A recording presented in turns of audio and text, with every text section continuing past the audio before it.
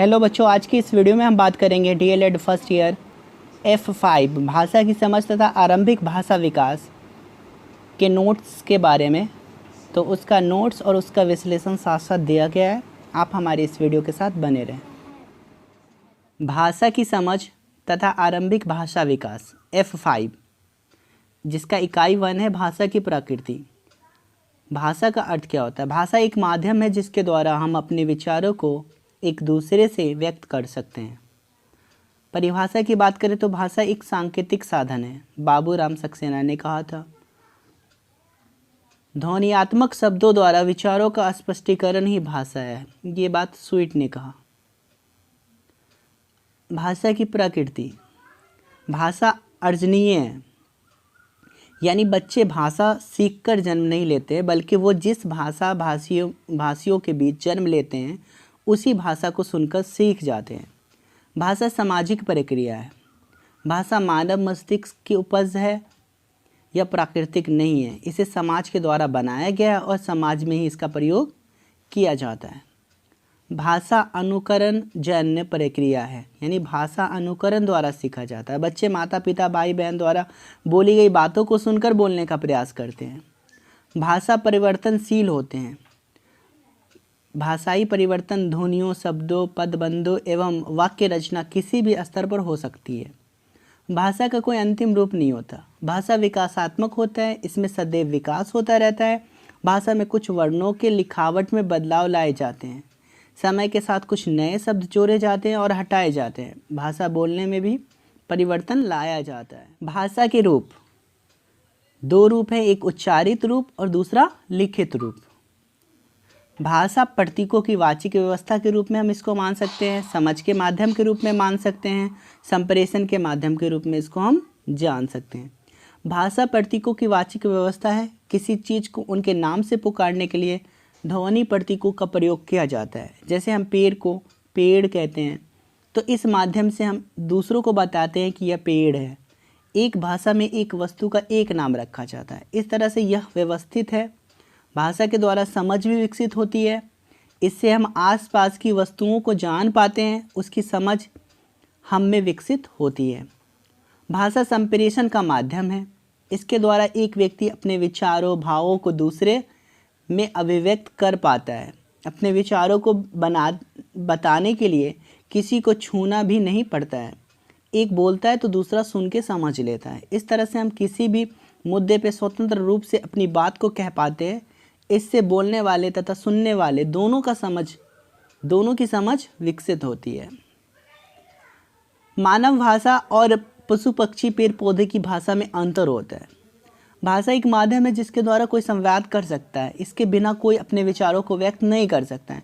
भाषा के बिना कोई इस जगत को नहीं समझ सकता। मानव भाषा व्याकरणबद्ध एवं नियमबद्ध होते हैं। इसमें वर्णों, अक्षरों, प्रतीकों का प्रयोग किया जाता है। मानव भाषा की इस खासियत की वजह से अंग्रेजी बोलने वाले हिंदी और हिंदी बोलने वाले इंग्लिश सीख सकते हैं। किंतु पशु पक्षियों पेड़ पौधों की भाषा नियमबद्ध नहीं होती है। उसमें कोई व्याकरण भी नहीं होता है। अतः शेर का मछली नहीं सीख सकती है। इनका भाषा व्यक्तिगत होता है। शेर दहाड़ सकता है, बिल्ली म्याऊं म्याऊं कर सकती है। सब अपना अपना भाषा खुद ही प्रयोग कर सकते हैं। भाषा की नियमबद्ध व्यवस्था, ध्वनि संरचना, शब्द संरचना, वाक्य संरचना, प्रोक्ति या संवाद संरचना। तो ध्वनि संरचना, प्रत्येक भाषा में ध्वनियों का वर्गीकरण मिलता है। हिंदी में स्वर और व्यंजन दो वर्ग होते हैं। अंग्रेजी में वॉवेल और कॉन्सोनेंट नाम से ध्वनि के दो वर्ग मिलते हैं। अलग अलग भाषाओं में स्वर और व्यंजनों की संख्या भिन्न भिन्न होती है, लेकिन संसार के हर भाषा में स्वर तथा व्यंजन होते हैं। शब्द में हर सार्थक ध्वनि का महत्व होता है। जिन ध्वनियों के प्रयोग से शब्दों के अर्थ बदल जाते हैं वे सार्थक ध्वनियाँ कहलाती है। ये दिया गया है। शब्द संरचना, हर भाषा में शब्दों के भेद होते हैं। साथ ही हर भाषा में नए नए शब्द निर्माण की खास प्रक्रिया होती है। उदाहरण के लिए हिंदी के शब्दों को संज्ञा, सर्वनाम, क्रिया विशेषण, वचन। शब्द संरचना, हर भाषा में शब्दों के भेद होते हैं। साथ ही हर भाषा में नए नए शब्द निर्माण की खास प्रक्रिया होती है। उदाहरण के लिए हिंदी में शब्दों को संज्ञा, सर्वनाम, क्रिया विशेषण, लिंग, वचन आदि कोटियों में वर्गीकृत किया जाता है। इसी प्रकार से अंग्रेजी में शब्दों को noun, pronoun, verb, adverb, adjective, gender आदि कोटियों में रखा जा सकता है। ऐसी कोटियाँ संसार की सभी भाषाओं में होती है। इस आधार पर समस्त भाषाओं में एक रूपता पाई जाती है। संसार के सभी भाषाओं में शब्दों का रूपांतरण होता है। उदाहरण के लिए संज्ञा शब्दों का विशेषण में रूपांतरण सभी भाषा में पाया जाता है। प्रत्येक भाषा के रूपांतरण के अपने नियम होते हैं। वाक्य संरचना किसी भी भाषा के वाक्य में उपस्थित बुनियादी घटक जैसे कर्ता, कर्म और क्रिया की व्यवस्था से किसी वाक्य की संरचना बनती है। इन घटकों से किसी निश्चित क्रम में होने पर ही वाक्य की रचना होती है। संवाद संरचना किन्हीं भी दो व्यक्तियों के बीच संवाद को संभव बनाने के लिए कुछ नियम होते हैं। यह संभव है कि दो व्यक्तियों द्वारा कही गई बातें ध्वनि, शब्द तथा वाक्य के स्तर पर उपयुक्त हो, लेकिन ये बातें संवाद के स्तर पर अर्थहीन हो। उदाहरण के लिए पहला व्यक्ति, कोई भाई क्या हाल है? कहो भाई क्या हाल है। दूसरा व्यक्ति, सब्जी ला रहा हूँ। पहला व्यक्ति, काम धंधा कैसा चल रहा है? दूसरा व्यक्ति, टमाटर 20 रुपये किलो है। तो यहाँ पे क्या हो रहा है? संवाद नहीं हो पा रहा है। सब तो बन जा रहा है लेकिन संवाद नहीं हो रहा है। भाषा की विशेषता, भाषा अर्जित संपत्ति है। भाषा सामाजिक वस्तु है। निश्चित से अनंत की रचना है। भाषा नियमबद्ध होती है या व्याकरणबद्ध होती है या ध्वनि प्रतीकों का समूह है। भाषा अनुकरणीय होती है। इकाई 2 है भाषीय विविधता व बहुभाषिकता। भाषा का बहुभाषिक परिदृश्य। भारत में भाषाएं एवं भाषा परिवार। हमारे देश में कई प्रकार की विविधताएं हैं। भाषीय विविधता भी उनमें से एक है। पूरे विश्व में लगभग 5000 भाषाएं हैं। उनमें से करीब 1600 से अधिक भाषाएं भारत में बोली जाती है। भारत के संदर्भ में यह कहना गलत नहीं होगा कि यहाँ अधिकांश व्यक्ति 2 भाषाएं जानते हैं। भाषाई विविधता हमारे समृद्धि का प्रतीक है। यह भारतीय अस्मिता का अभिन्न अंग है। एक से अधिक भाषा जानने से व्यक्ति के पास शब्द का भंडार हो जाता है। हिंदी भाषा का क्षेत्र अत्यंत व्यापक है। संसार में किए गए भाषा सर्वेक्षण के अनुसार विश्व में हिंदी का 3रा स्थान है। भारत में यह लगभग 60 करोड़ लोगों की भाषा है। भारत के हिंदी भाषी क्षेत्र अन्य राज्यों तथा विदेशों में बड़ी संख्या में लोगों द्वारा हिंदी भाषा का प्रयोग किया जाता है। ये तालिका दी गई है।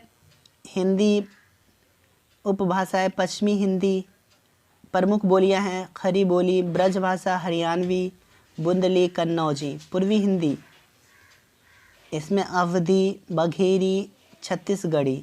राजस्थानी में मारवाड़ी, मेवाती, मालवी, जयपुरी। बिहारी में भोजपुरी, मगही, मैथिली। पहाड़ी में गढ़वाली, कुमाऊनी, मंडियाली। बिहार का बहुभाषिक परिदृश्य। बिहार में भी परिदृश्य बहुभाषिकता का है। बिहार में मुख्यतः मैथिली, अंगिका, वज्जिका, मगही और भोजपुरी बोली जाती है। इसके अतिरिक्त नागपुरिया, थारू, कुरमाली आदि बोलियां भी है। पहाड़ी भाषाओं में प्रमुख संथाली, मुंडारी, उरांव, हो, खरिया आदि है। मैथिली। बिहार की सभी भाषाओं में मैथिली का साहित्य काफ़ी समृद्ध है। इसका क्षेत्र दरभंगा, मुजफ्फरपुर, भागलपुर, मुंगेर, पूर्णिया, चंपारण आदि तक फैला हुआ है। बोलियों के आधार पर इसे 4 भागों में बांटा जा सकता है: पूर्वी मैथिली, पश्चिमी मैथिली, उत्तरी मैथिली तथा दक्षिणी मैथिली। मगही। यह बिहार के पटना, भागलपुर, मुंगेर और गया जिलों की भाषा है। गया में प्रमुख रूप से बोली जाने वाली भाषा को ही मगही कहा जाता है। भोजपुरी। भोजपुरी का सर्वाधिक प्रयोग भोजपुर जिले में होता है, इसीलिए इसे भोजपुरी कहा जाता है। इसका एक अन्य नाम पूर्वी भी है। यह गोरखपुर, देवरिया, छपरा, गोपालगंज, जौनपुर, बलिया आदि क्षेत्रों में भी बोली जाती है। भाषा और बोली। भाषा वह साधन है जिसके द्वारा हम अपने विचारों को व्यक्त करते हैं, चाहे वह शब्द के द्वारा हो या वाक्य के द्वारा हो, अर्थात शब्द और वाक्य मिलकर भाषा बनाते हैं। भाषा को हम 2 रूपों में व्यक्त करते हैं, लिखित और मौखिक। भाषा पूरे देश की बोली होती है, जैसे भारत देश की भाषा हिंदी है। बोली। भारत के अंदर बहुत सारे राज्य हैं और उन राज्यों की अपनी एक अलग ही बोली होती है। जैसे पंजाब की पंजाबी, गुजरात में गुजराती, झारखंड में भोजपुरी बोली का व्याकरण से कोई संबंध नहीं होता है। बहुभाषिकता के आयाम ये दिया गया है। हमारे देश की समृद्धि है बहुभाषिकता। बहुभाषिकता से जुड़ा ही एक मसला त्रिभाषी सूत्र यानी अनेक शिक्षक आयोगों ने इसे लागू करने की सिफारिश की है। 1968 की राष्ट्रीय शिक्षा नीति के अनुसार प्रथम भाषा, विद्यालय में पहली भाषा जो पढ़ाई जाए वो मातृभाषा या क्षेत्रीय भाषा हो। द्वितीय भाषा, हिंदी भाषी राज्यों में द्वितीय भाषा कोई भी अन्य आधुनिक भाषा हो या अंग्रेजी हो। गैर हिंदी राज्यों में द्वितीय भाषा हिंदी या अंग्रेजी हो। तृतीय भाषा, हिंदी भाषी राज्यों में तीसरी भाषा अंग्रेजी होगी या एक आधुनिक भारतीय भाषा जो द्वितीय भाषा के रूप में न पढ़ी जा रही हो। तो इस तरह से त्रिभाषा सूत्र को अपनाने की बात कही गई है।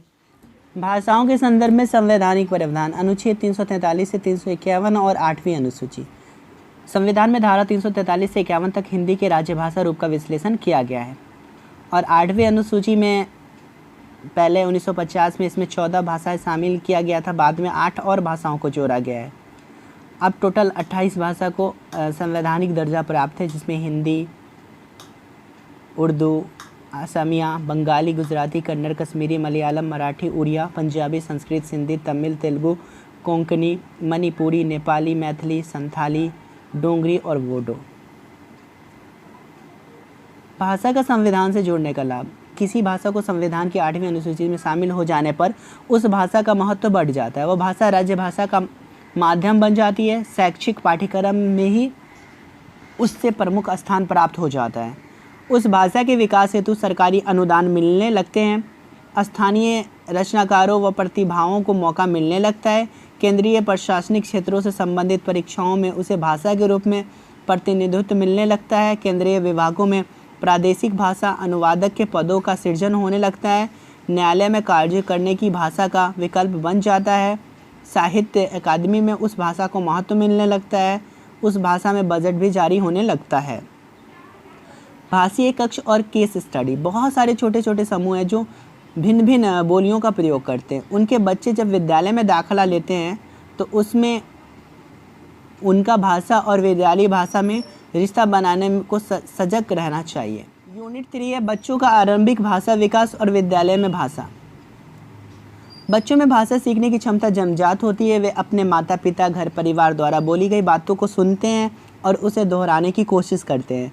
जब वो थोड़े बड़े होते हैं तो आस पड़ोस दोस्तों के संपर्क में आते हैं, जिससे उनके भाषा कौशल का विकास होता है। आज के बच्चे टेलीविज़न, मोबाइल पर विभिन्न कार्टून देखते हैं, उससे भी वो भाषा अर्जित करते हैं। बच्चे सिर्फ जितना सुनते हैं उतना ही नहीं बोलते हैं, बल्कि वो भाषा का सृजन भी करते हैं। उन्हें व्याकरण का ज्ञान नहीं होता है, लेकिन उनके भाषा शैली में नियमबद्धता झलकती है। इससे यह स्पष्ट होता है कि बच्चों में भाषा अर्जित करने की असीम शक्ति होती है। इस तरह से हम यह कह सकते हैं कि बच्चों का भाषा का विकास विद्यालय आने से पूर्व बहुत हद तक हो चुका होता है। वह स्पष्ट तरीके से अपनी बातों को व्यक्त कर पाते हैं और इसे आधार मानकर विद्यालय में शिक्षा दी जाती है। बच्चे भाषा कैसे सीखते हैं? स्किनर, चॉम्स्की, वाइगोत्स्की और पियाजे के विशेष संदर्भ में। स्किनर के अनुसार स्किनर व्यवहारवादी परिप्रेक्ष्य से जुड़े हैं। व्यवहारवादी परिप्रेक्ष्य के अनुसार सीखने की प्रक्रिया में उद्दीपन, अनुक्रिया, पुनर्बलन का विशेष महत्व है। किसी भी चीज़ को सीखने के लिए अथवा प्रतिक्रिया करने के लिए उद्दीपन की उपस्थिति अनिवार्य है, और जब बच्चों को उस प्रतिक्रिया पर किसी प्रकार का पुनर्बलन प्राप्त होता है तो सीखने की प्रक्रिया पुष्ट हो जाती है। इसका सीधा तात्पर्य है कि सीखने की प्रक्रिया का मूल वातावरण में कहीं निहित है। इस व्यवहारवादी परिप्रेक्ष्य के अनुसार बच्चे परिवेश में उपलब्ध भाषा का अनुकरण करते हुए भाषा सीखते हैं। चॉम्स्की के अनुसार चॉम्स्की बच्चों के भाषा सीखने की जन्मजात क्षमता में विश्वास रखते हैं और यह स्वीकार करते हैं कि बच्चे उसी भाषा के सहारे अपने परिवेश से भाषा को ग्रहण करते हैं और विभिन्न भाषिक संरचनाओं को आत्मसात करते हुए नए नए वाक्य बनाते हैं। उनका मानना है कि भाषा केवल अनुकरण के माध्यम से नहीं सीखी जा सकती है। सीमित वाक्य को सुनकर असीमित वाक्यों को बोलना भाषिक अर्जित क्षमता द्वारा संभव हो पाता है। लैंग्वेज एक्विजिशन डिवाइस के बारे में उन्होंने बताया था कि हर मनुष्य में होता है। अर्थात बच्चे अपने परिवेश में जो भाषा सुनते हैं उनका वो विश्लेषण करते हैं और फिर प्रयोग करते हैं। इस प्रकार समाज से प्राप्त भाषिक आंकड़ों पर बच्चे खुद अपने कुछ नियम बना लेते हैं, जिसे चॉम्स्की ने लघु व्याकरण कहा था। वाइगोस्टकी के अनुसार वाइगोस्टकी का मानना है कि बच्चे अपने अपने समुदाय के संपर्क में भाषा सीखते हैं। इसका अर्थ यह है कि भाषा की ध्वनियों की सार्थकता तभी है जब वह किसी वस्तु विशेष की ओर संकेत करता है। जैसे किसी समुदाय में जाल का अर्थ मकड़े का जाल तो कहीं मछली पकड़ने का जाल है। इस तरह से अलग अलग समुदायों में एक ही शब्द को अलग अलग बातों के लिए प्रयोग किया जाता है। अर्थात इनके अनुसार बच्चों की भाषा समाज के साथ संपर्क का परिणाम है। जीन पियाजे के अनुसार जीन पियाजे एक जीव वैज्ञानिक की तरह भाषा सीखने को व्याख्या करते हैं। उनका मानना है कि मानसिक विकास में जन्मजात कारकों की भूमिका नहीं होती है। विकास का कारण है जीव और वातावरण के बीच अंतःक्रिया। इसका अर्थ यह है कि जिस प्रकार बच्चा वातावरण के संपर्क में आता है और उनका विकास क्रमशः होता है, उसी प्रकार उनकी भाषा का भी विकास होता है। पियाजे के अनुसार सीखने के संदर्भ में आत्मसातीकरण, एसिमिलेशन और समायोजन, एकोमोडेशन की प्रक्रिया महत्वपूर्ण है। स्किनर के अनुसार अनुकरण द्वारा सीखना चॉम्स्की जन्मजात क्षमता है। वाइगोस्की समुदाय के संपर्क से, पियाजे जीव व वातावरण के बीच अंतःक्रिया से। सब लोगों ने अपने अपने हिसाब से इसको व्याख्या किया है। भाषा अर्जित करने और भाषा सीखने में अंतर। भाषा अर्जित करना, हम जिस परिवेश में रहते हैं वहाँ किसी भाषा को हम खुद ब खुद सीख जाते हैं। हम यह भाषा व्याकरण के माध्यम से नहीं सीखते हैं, तो इसे हम भाषा अर्जित करना कहते हैं। भाषा सीखना, हम हिंदी भाषी क्षेत्र में रहते हैं तो स्वतः हिंदी सीख जाते हैं, इसे भाषा अर्जित करना कहते हैं। किंतु जब हम इंग्लिश सीखते हैं तो इसे भाषा सीखना कहते हैं, इसे व्याकरण की मदद से सीखा। विद्यालय में भाषा विषय के रूप में तथा माध्यम भाषा के रूप में। विद्यालय में भाषा दो रूपों में प्रयोग किया जाता है। पहला विषय के रूप में, समान्तर विद्यालय में हिंदी और इंग्लिश दो भाषा विषयों की पढ़ाई होती है, साथ ही संस्कृत और उर्दू की भी शिक्षा दी जाती है। भाषा सिर्फ भाषा विषय तक ही सीमित नहीं होती है, बल्कि यह एक माध्यम होता है इसके दूसरे विषय को भी पढ़ाने का, अपने विचारों को व्यक्त करने का भी माध्यम होता है। जैसे बिहार बोर्ड में हिंदी भाषा का प्रयोग किया जाता है और CBSE बोर्ड में इंग्लिश भाषा का प्रयोग किया जाता है। भाषा सीखने सिखाने के उद्देश्य की समझ, कल्पनाशीलता, सृजनशीलता, संवेदनशीलता।